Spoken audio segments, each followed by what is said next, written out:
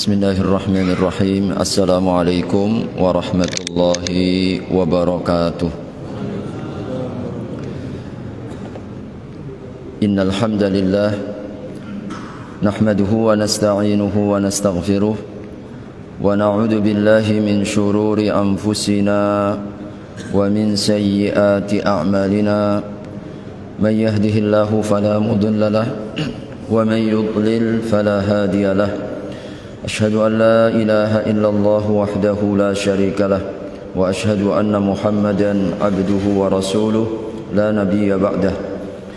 اللهم صل على نبينا محمد وعلى آله وصحبه وسلم أجمعين. أما بعد.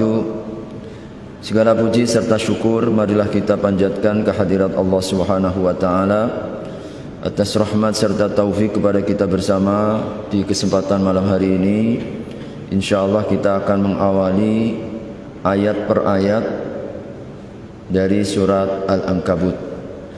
Salam dan salawat tidak lupa mari kita sampaikan kepada Nabi Allah Muhammad sallallahu alaihi wasallam, keluarga, para sahabat serta seluruh umatnya hingga akhir zaman. Ayat pertama hingga ayat yang ketiga. أعوذ بالله من الشيطان الرجيم بسم الله الرحمن الرحيم ألف لام ميم أحسب الناس أن يتركوا أن يقولوا آمنا وهم لا يفتنون ولقد فتنا الذين من قبلهم فليعلمن الله الذين صدقوا وليعلمن الكاذبين. ألف لام ميم أحسب الناس, apakah manusia mengira, ayyutraku, mereka ditinggalkan, ayyaqulu amanna, saat mereka mengatakan kami telah beriman, wahum la yuftanun, sedang mereka tidak akan diuji. Walaqad fatanna alladhina min qablihim, dan sungguh kami telah menguji orang-orang sebelum mereka. Fala ya'lamanna Allahu alladhina sadaqu, maka Allah sungguh akan mengetahui orang-orang yang jujur. Wala ya'lamanna al-kadzibin, dan sungguh Dia Allah akan mengetahui orang-orang yang berdusta. Hadirin rahimakumullah, surat Al-Ankabut sebagaimana dalam pengantar pekan yang lalu kita telah membahas, tema umumnya adalah berkaitan terkait tentang kehidupan, bahwa hakikat kehidupan ini adalah cobaan dan ujian. Allah Subhanahu wa taala mengawali ayat-ayat pembuka surat Al-Ankabut dengan sebuah pernyataan yang sangat kuat. Diawali dengan alif lam mim, yaitu al-huruful muqatta'ah, huruf-huruf yang terpotong-potong, dan ini termasuk di antara mukjizat. Setiap kali surat yang diawali dengan huruf-huruf yang terputus, alif lam mim, alif lam ra, nun, yasin, qaf dan seterusnya, adalah tanda-tanda kemukjizatan Al-Quran. Apa yang dimaksud dengan mukjizat? Mukjizat itu sesuatu yang melemahkan orang untuk melakukan. Karena itulah sifat disebut dengan mukjizat. Mukjizat itu karena memiliki sifat untuk melemahkan. Dan setiap zaman ini ada mukjizat masing-masing tersendiri. Di zaman Nabi Allah Musa, maka didapati begitu banyak para penyihir. Maka Nabi Allah Musa dikaruniakan dengan mukjizat yang mampu untuk mengalahkan para penyihir. Begitupun juga di zaman Rasulullah sallallahu alaihi wasallam, ketika sastra Arab mencapai puncaknya. Orang Arab pada waktu itu sastranya sangat tinggi. Maka Allah Subhanahu wa taala turunkan ayat-ayat yang membuat mereka tidak mampu untuk melakukan dan juga mendatangkan. Padahal huruf-hurufnya ada di tengah mereka, mereka berbicara dengan huruf-huruf itu. Tetapi kemudian mereka terkejutnya saat kemudian Nabi Shallallahu Alaihi Wasallam dan banyak dalam ayat-ayat Al-Quran itu mengawali dengan huruf-huruf yang terputus, Qaf, Nun, Yasin. Mereka tidak mampu untuk menjawab, padahal mereka pakarnya sastra. Maka setiap kali ada kalimat-kalimat alif lam mim, alif lam ra, tujuannya adalah untuk melemahkan mereka. Betapa Al-Quran yang kata kalian, bahasa kalian berbicara dengan bahasa itu bahkan mencapai sastranya, ternyata kalian tidak mampu untuk menangkap apa makna alif lam mim hingga hari ini. Dan ini kekhususan Allah Subhanahu wa taala. Karenanya di dalam banyak Al-Quran itu setiap kali diawali dengan kalimat atau huruf-huruf yang terputus, maka penegasan tentang kebenaran Al-Quran. Alif lam mim dzalikal kitabu dalam surat Al-Baqarah. Surat Ali Imran juga sama. Alif lam mim Allahu la ilaha illa huwal hayyul qayyum nazzala 'alaikal kitab. Kitab lagi. Tapi di sini para ulama katakan tidak ada penegasan secara tersurat. Jadi bahwasanya tentang kebenaran Al-Qur'an atau Alkitab. Tetapi para ulama ahli tafsir mereka mengatakan tersirat. Jadi penegasan yang secara tersirat, yaitu orang-orang yang telah menyatakan beriman. Apa itu yang beriman? Tentu yang beriman kepada ayat-ayat Al-Quran. Salah satunya sebab kita tidak akan sempurna dan diterima iman kita sampai kita mengakui Al-Quranul Karim sebagai kitabullah. Maka hadirin ini juga tentu sama ya nadanya, tidak secara langsung tetapi tersirat di situ ada kalimat ayyaqulu amanna. Amanna di situ termasuk kandungannya adalah beriman kepada Al-Quran. Maka hampir sama ya senada. Jadi di dalam ayat-ayat Al-Quran atau surat-surat Al-Quran yang diawali dengan kalimat-kalimat seperti alif lam mim dan lain sebagainya. Hadirin, ini makna yang pertama yang disampaikan oleh para ulama ahli tafsir terkait dengan awal daripada surat Al-Ankabut ini. Alif lam mim ahasiban nas. Allah Subhanahu wa taala mengawali dengan pertanyaan untuk mengingkari. Namanya disebut dengan istifham ingkari, yaitu pertanyaan pengingkaran. Artinya janganlah kalian itu mengira, jangan ada satupun yang mengira bahwa setelah beriman lalu tidak diuji. Itu intinya. Jadi tidak ada, maka kalau ada itu istifham ingkari namanya. Artinya hadirin, sebagaimana para ulama di tafsir mengatakan fakullu mu'minin la muhalah. Setiap mukmin, bahkan karena keimanan kita itulah yang kemudian Allah hendak uji kita. Maka setiap orang yang menyatakan beriman pasti mustahil tidak diuji. Maka ini adalah sesuatu yang sifatnya kepastian, sehingga Allah untuk menyatakannya itu dengan kalimat pengingkaran. Kau jangan kira. Jadi kalau engkau mengira setelah beriman lalu enggak mendapatkan ujian, itu salah besar. Oleh sebab kalian beriman itulah yang mengundang ujian itu. Nah ini makna daripada A, atau yang disebut dengan istifham ingkari. Jangan kalian mengira. Maka hadirin, kalimat ini tentu para ulama di tafsir mereka mengatakan lebih mempersiapkan diri. Kita ini sudah siap sedia. Sebelum turun hujan sudah sedia payung. Sebelum kita ini menghadapi orang, kalau ada kewaspadaan, ketika kita ini ada kesiapsiagaan, maka tentu ketika menghadapi ujian itu akan jauh lebih baik dibandingkan tiba-tiba tanpa disangka-sangka. Tiba-tiba air bah datang, tiba-tiba bumi bergoncang, nggak ada persiapan apa. Maka kalimat ini bagi orang-orang yang beriman, Allah Subhanahu wa taala berikan alarm. Sesaat setelah kita menyatakan beriman, pasti engkau akan diuji, maka siap siagalah. Selalu kalian siapkan dirimu. Maka hadirin, mudah-mudahan kita akan benar dalam mensikapi hidup ini.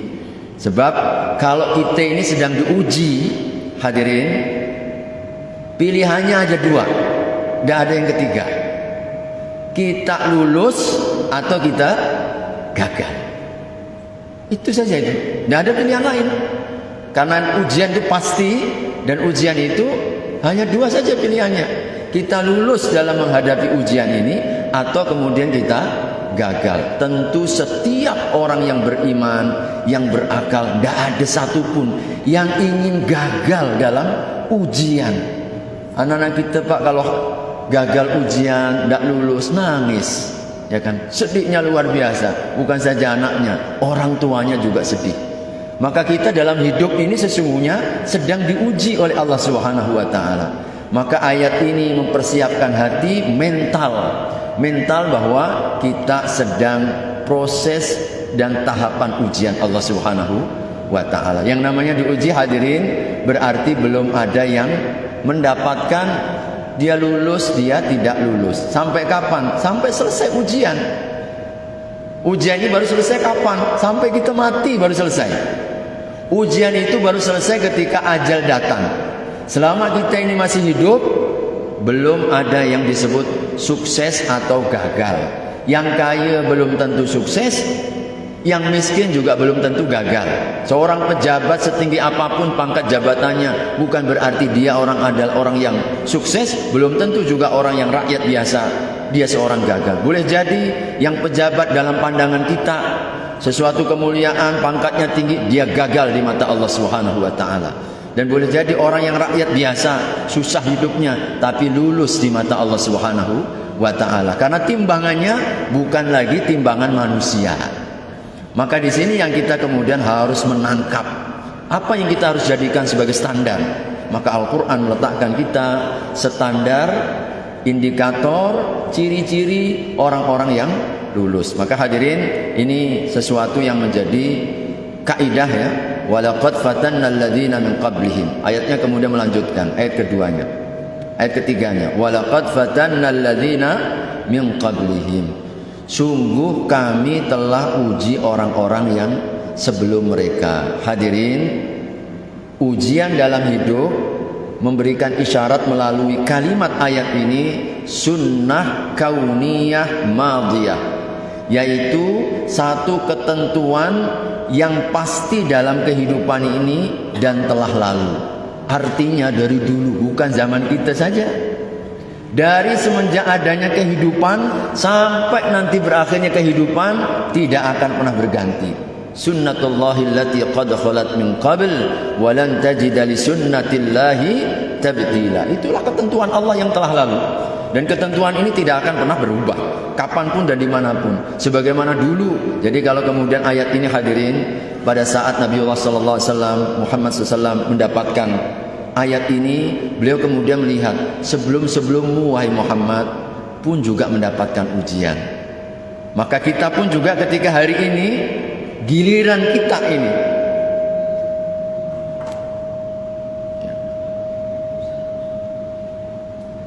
giliran kita untuk menjalani kehidupan ini, kita pun mengatakan bahwa ujian-ujian hidup yang sedang kita jalani seluruhnya adalah ujian yang telah lalu. Sebagaimana Rasul dan juga para sahabat dan orang-orang pendahulu kita.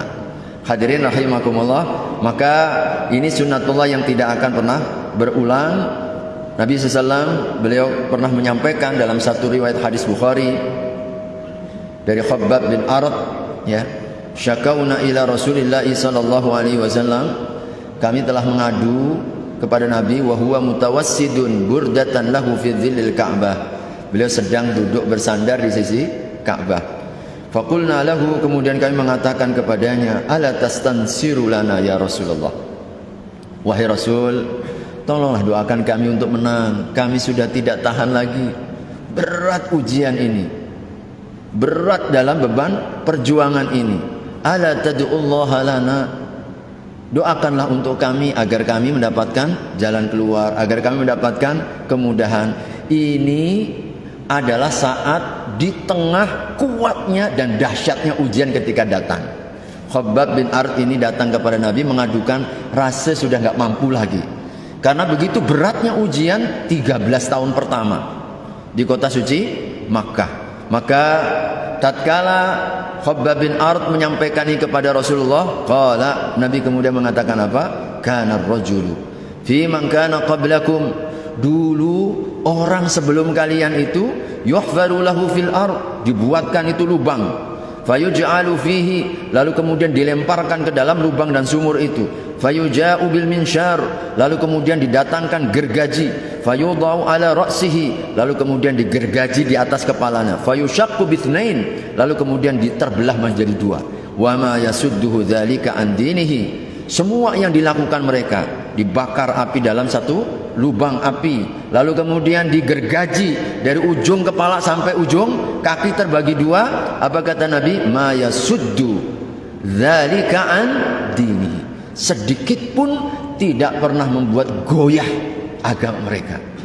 Wa yumsyatu bi amsyatil hadid, di antara mereka ada yang disisir kulitnya dengan besi, maduna lahmi min idhamin wa asabin, yang dipisahkan macam kita menguliti kambing atau sapi waktu kita kurban, Pak.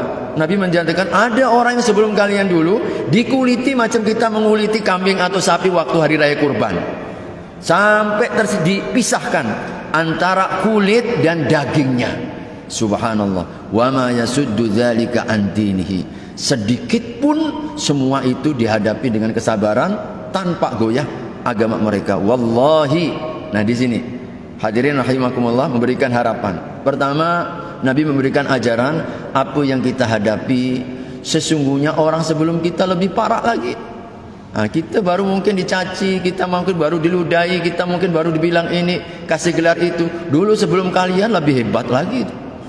Dibunuh, digergaji jadi dua, dikuliti itu, dipisahkan dari dagingnya. Semuanya tidak membuat mereka meninggalkan agama ini. Begitu ya. Ini untuk memberikan penguatan. Oh, ternyata ada yang lebih berat daripada kita. Kan begitu hadirin ya. Kita ini kalau merasa terpuruk, kalau kita ini merasa banyak ujian, kalau lihat orang yang lebih kuat lagi ujiannya terasa ringan. Kan begitu hadirin. Kita kalau misalkan nggak bisa mungkin kita kalau sakit nih, sakit baru mata kita. Ada orang yang sakit bukan sakit matanya nggak ada. Kan begitu kan. Ada orang yang mungkin kita sakit hanya tertentu, tapi ada orang yang lebih parah daripada kita dalam hidup ini kan. Alhamdulillah kita masih punya motor. Ada orang yang motor pun ada, kan begitu kan. Alhamdulillah kita masih punya rumah walaupun kontrakan. Ada orang yang sama sekali numpang itu. Nah kita ini kalau melihat orang yang lebih kurang dari kita, rasa syukur. Nah begitulah Nabi mengajarkan. Hai Khabbab bin Arad, yang kau rasakan ini tidaklah seberapa kalau dibandingkan orang sebelummu. Makanya terasa kuat kita. Masya Allah, saya rasa ya Rasul ini udah begitu berat, ternyata ini gak ada apa-apanya dibandingkan sebelum kita. Lalu kemudian Nabi di penghujung sabdanya ini berikan sebuah harapan. Nah ini hadirin, penting orang itu kalau sedang dalam ujian, kita ini kalau sedang dalam masalah dan musibah, yang paling membuat kita ini tetap hidup ya, bertahan adalah harapan. Maka kalau kita ini nggak punya harapan, habis kita ini. Maka Rasul kemudian berikan harapan, wallahi, demi Allah, pada saat Nabi dalam kesulitan yang begitu luar biasa di kota Mekah ini, Nabi bersumpah atas nama Allah, la yutimmannallahu adzal amr, agama ini pasti akan dimenangkan. Hatta yasirar raqibu min Sana'a ila Hadramaut la yakhafu illallah, sampai nanti ada serigala yang berjalan dari Son'a Yaman, jadi Son'a ya, sampai ke Hadramaut, tidak ada yang takuti kecuali Allah Subhanahu wa taala. Awidhi'ba ala ghanamihi, jadi kambing itu tidak takut dengan serigalanya, saking damainya, saking amannya. Artinya Nabi sudah memprediksikan, meramalkan bahwa agama ini nanti akan disempurnakan oleh Allah sampai nggak ada orang yang ditakuti kecuali Allah Subhanahu wa taala. menjadi kenyataan, menjadi nyata. Dan begitulah Nabi SAW. Bahkan bukan saja Hadramaut ya hadirin, sampai seluruh penghujung bumi ini. Makanya Nabi dalam riwayat yang lain itu menyatakan, Allah telah lipatkan bumi ini kepadaku. Tentu ini perkara gaib, seperti apa? Lalu aku ditunjukkan oleh Allah agamaku ini sampai timur dan barat. Tidak ada satupun lubang-lubang daripada bumi ini, tanah-tanah, kecuali agamaku akan sampai kepada mereka. Sungguh subhanallah. Kita sampai di Indonesia, Pak. Sampai di Indonesia 9 jam kalau kita berangkat ke sana. Ribuan jutaan kilometer kita ke sana. Tapi ternyata sampai di sini. Nah, di penghujungnya walakinnakum tasta'jilun. Tapi kalian ini hamba yang terburu-buru, tergesa-gesa. Maka hadirin, ini salah satu yang diceritakan oleh Nabi, bahwa ujian itu telah lalu. Tujuannya apa?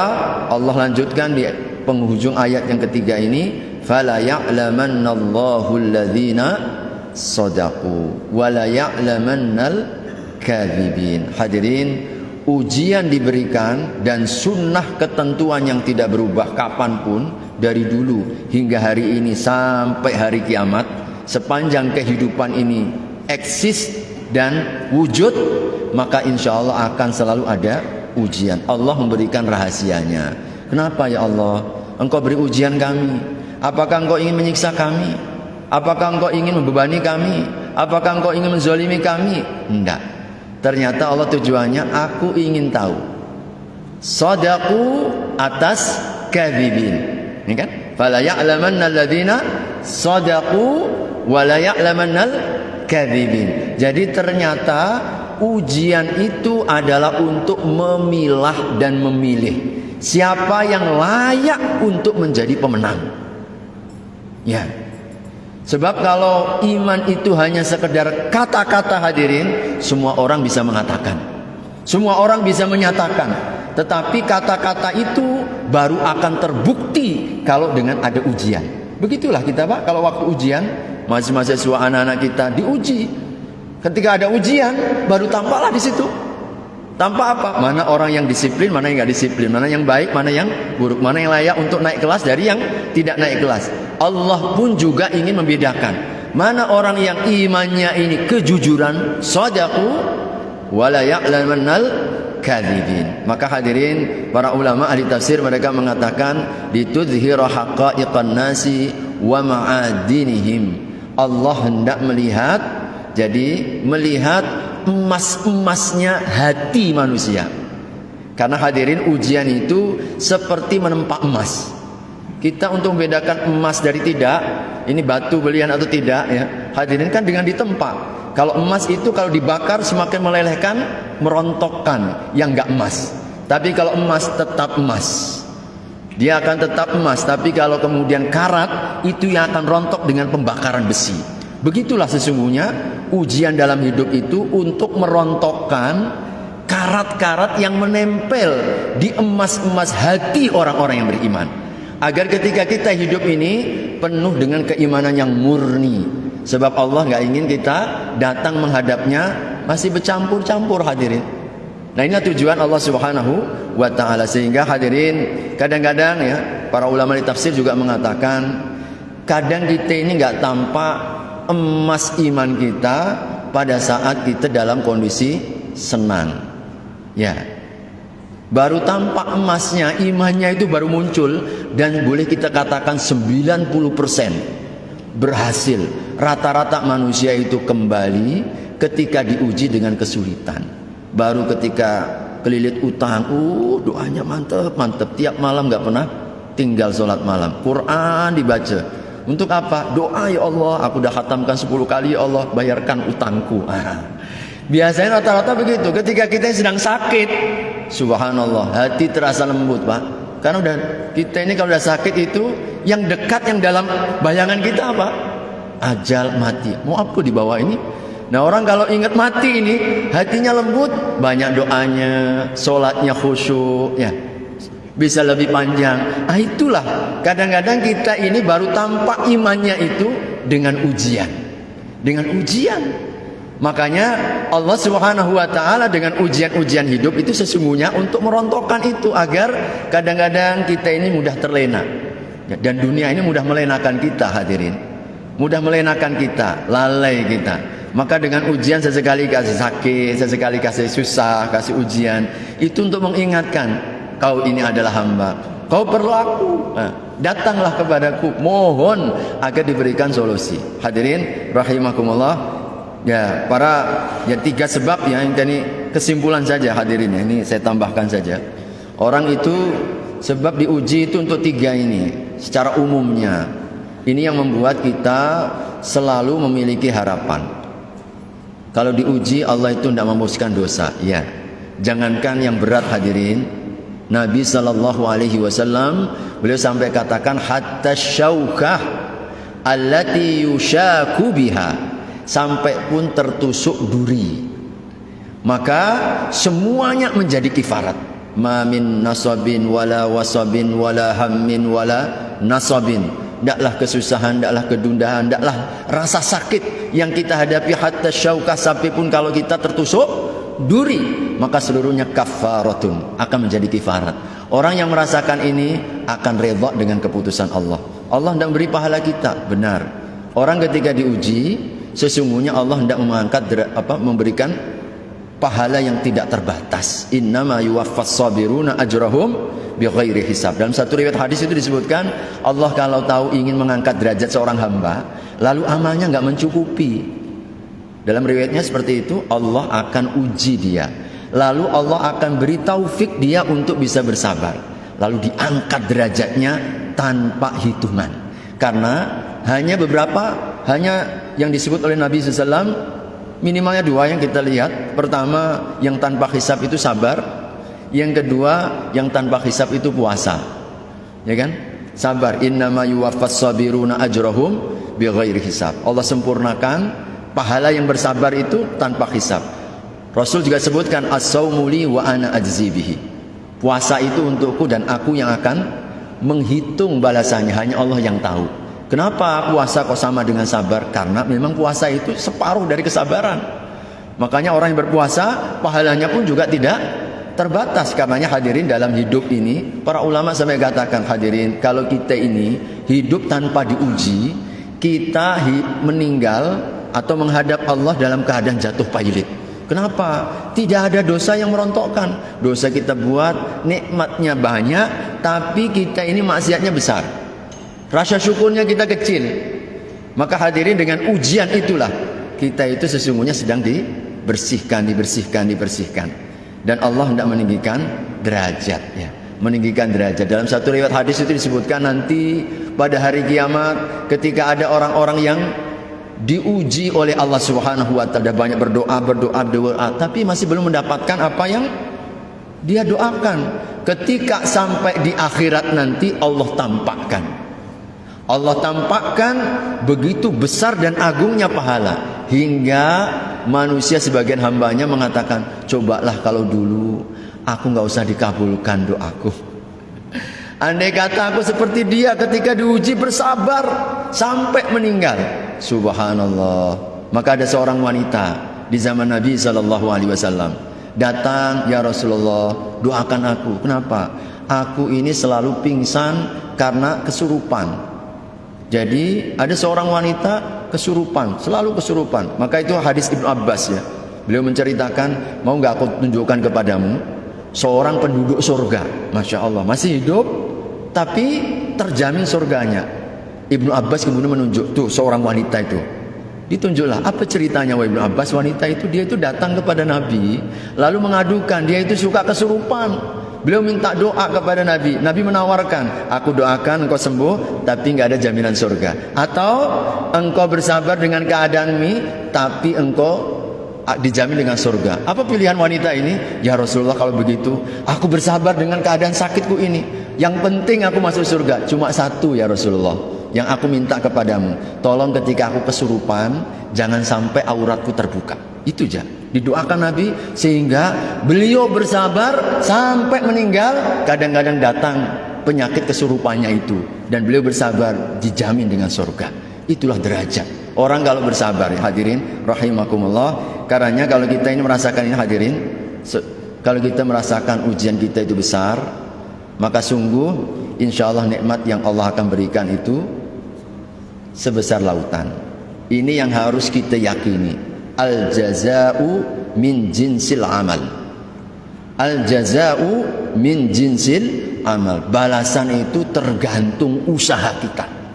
Jadi kalau kita ini menghadapi, kenapa ikan di lautan itu kok besar-besar? Ya tantangannya gelombang, sampai sebesar ikan paus, sampai sebesar kapal laut. Ini karena memang gelombangnya besar. Kenapa di Sungai Kapuas ikannya kecil, nggak ada gelombangnya, nggak ada tantangan? Apa yang membuat ikan-ikan itu besar di lautan? Yang membuat mereka tangguh sampai berkembang begitu besar adalah karena tantangan hidup mereka menghadapi. Kenapa yang diselokan kecil-kecil ya? Paling apa itu Pak? Ikan gabus ke ikan gabus, nggak ada ikan hiu di sungai. Karena nggak ada tantangannya. Ini sesungguhnya sunnatullah. Maka hadirin yang menghibur kepada kita ya, kalau kita ini merasa bahwa ujian terlalu besar, hadirin yakin nikmat yang hendak Allah berikan juga sangat besar. Ini ada satu ungkapan, biqadri mujahadatika huna takunu rahatika hunak. Sebesar mujahadahmu di dunia, maka sebesar itu rehatmu nanti di sana, di akhirat. Maka hidup ini hadirin adalah penempaan kita untuk letih. Maka kata sahabat Abu Bakar As-Siddiq, aku tidak akan pernah merasa tenang dalam hidupku. Terus berjuang, terus berpayah-payah dalam mujahadah kepada Allah sampai kaki. Jadi beliau mengatakan begini, aku tidak akan pernah merasa tenang walaupun sebelah kakiku sudah di ujung surga, tapi kalau sebelah lainnya itu masih belum masuk ke dalam surga. Beliau tidak akan pernah merasa tenang itu ya. Hadirin rahimakumullah, dan oleh sebab hadirin yang sampaikan, fala ya'lamanna alladziina shadaqu wa la ya'lamanna al-kadzibin. Ada satu ungkapan kata mutiara para ulama tafsir tatkala menyitir ayat ini, sesungguhnya Allah itu ingin menjadikan kita orang-orang yang beriman, orang-orang yang tangguh, setangguh apa? Gunung-gunung yang berdiri. Ini kata mereka, fala ya'lamanna alladziina shadaqu wa la ya'lamanal kadzibin, itu agar kita ini menjadi orang-orang yang besar, jiwa-jiwa yang besar, orang-orang yang memiliki prestasi-prestasi yang besar, amal-amal yang besar, karya yang besar, dan itu ditempa oleh ujian hidup. Maka ujian hidup itu memang nggak ada yang lain kecuali hadapi, nikmati. Itu saja dalam hidup ini. Kalau kita nggak mau ujian Pak, kalau kita nggak ada ujian, buat tantangan dalam hidup. Ya, buat tantangan agar kita ini besar. Kalau kita tidak merasa nyaman, aman, tenang, ya sampai disitulah kualitas kita. Ciptakan tantangan dalam hidup, maka ini yang insya Allah akan memberikan kepada kita kekuatan. Hadirin, mudah-mudahan ini spirit-spirit yang dibangun oleh tafsir-tafsir, agar tentu orang-orang yang beriman ini jangan pernah merasa lemah, jangan pernah menyerah, jangan pernah kita ini putus asa. Itu intinya. Tidak boleh kita merasa lemah, tidak boleh kita merasa menyerah diri. Sebab apa? Tidak ada alasan. Sebab kita punya Allah Subhanahu wa ta'ala. Karenanya seringkali kita mendengar ucapan, kalau kita mengatakan masalahku besar, jangan ucapkan itu. Katakan Allah itu yang maha besar, dan Allah tidak akan pernah menguji kita kecuali sesuai dengan kemampuan kita. Kenapa saya diuji? Karena Allah tahu engkau mampu. Itu intinya dalam hidup ini. Itu yang membuat kita hadirin menghadapi penuh dengan keridhaan, kesabaran, ikhtiar untuk cari solusi. Allah Subhanahu wa ta'ala akan jadikan kita para pemenang. Tidak kalah dengan ujian itu, tapi kita semakin meningkat derajat kita, semakin meninggi kualitas hidup kita di hadapan Allah Subhanahu wa ta'ala. Wallahu a'lam bishawab. 3 buah ayat mudah-mudahan menjadi renungan bagi kita, prinsip-prinsip dasar dalam kehidupan. Mudah-mudahan Allah berikan kepada kita ilmu yang bermanfaat. Amin ya rabbal alamin. Aqul qouli hadza wa astaghfirullah. Mari kita sempurnakan dengan doa kafaratul majlis. Subhanakallahumma wa bihamdika asyhadu an la ilaha illa anta astaghfiruka wa atubu ilaik. Wassalamu alaikum warahmatullahi wabarakatuh.